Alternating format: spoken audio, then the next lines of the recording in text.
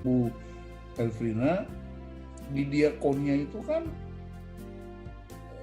bukan sekedar bagi sembako. Prinsip diakonia yang paling dahsyat itu namanya kepedulian agung.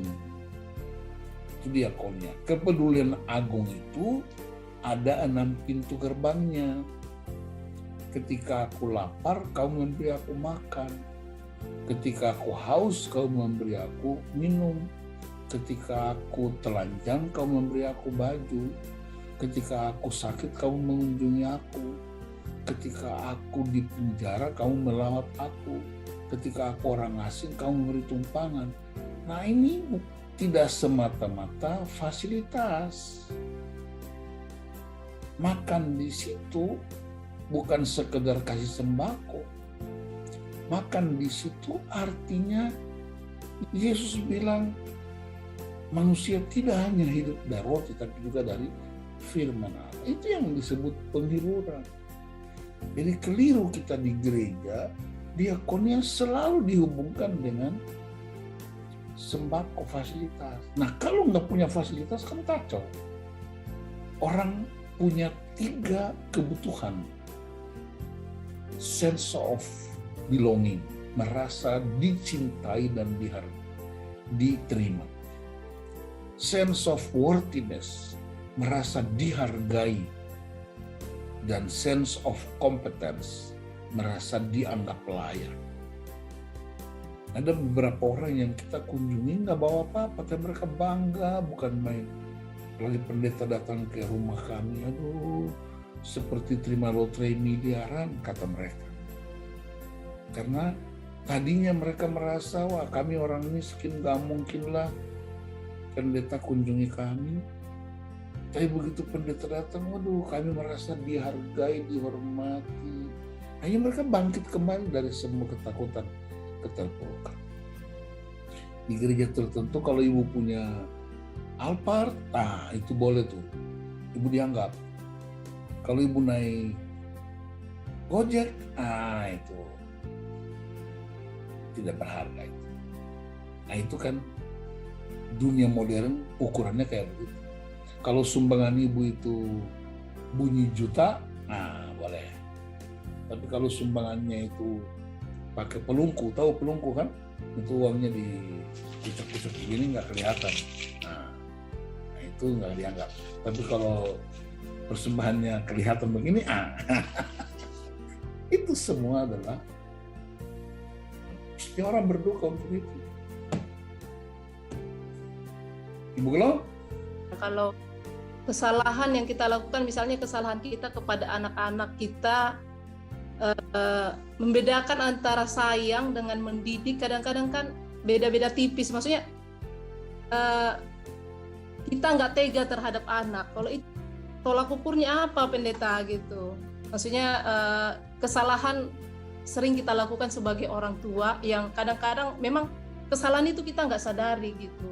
Tetapi kesalahan yang kita buat kepada anak-anak kita yang jadinya anak-anak nggak tangguh, jadinya anak-anak nggak kuat, jadinya anak-anak nggak mandiri gitu. Nah, tapi kalau misalnya yang kesalahan yang kita lakukan sehari-hari, kadang-kadang kita nggak sadari kalau itu kesalahan, tapi kita menyadari itu kadang-kadang itu adalah pengasihan, kasih gitu.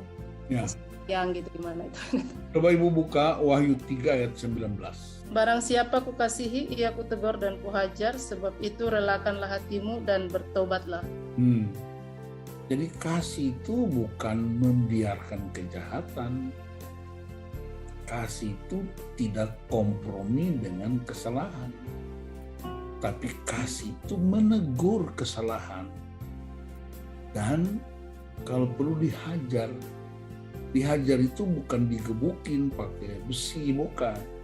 Kuhajar itu artinya tegur dengan keras, tapi sekaligus istilahnya itu tarik dia. Dia udah mau jatuh ke jurang tuh, mesti kembalikan. Kalau kita kasih uang kepada orang bilang, wah Ibu Gelo baik ya, dia kasih saya uang. Padahal belum tentu dia baik, kebetulan dia ada uang aja.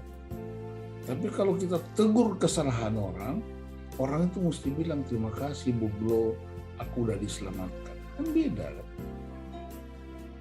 Coba kalau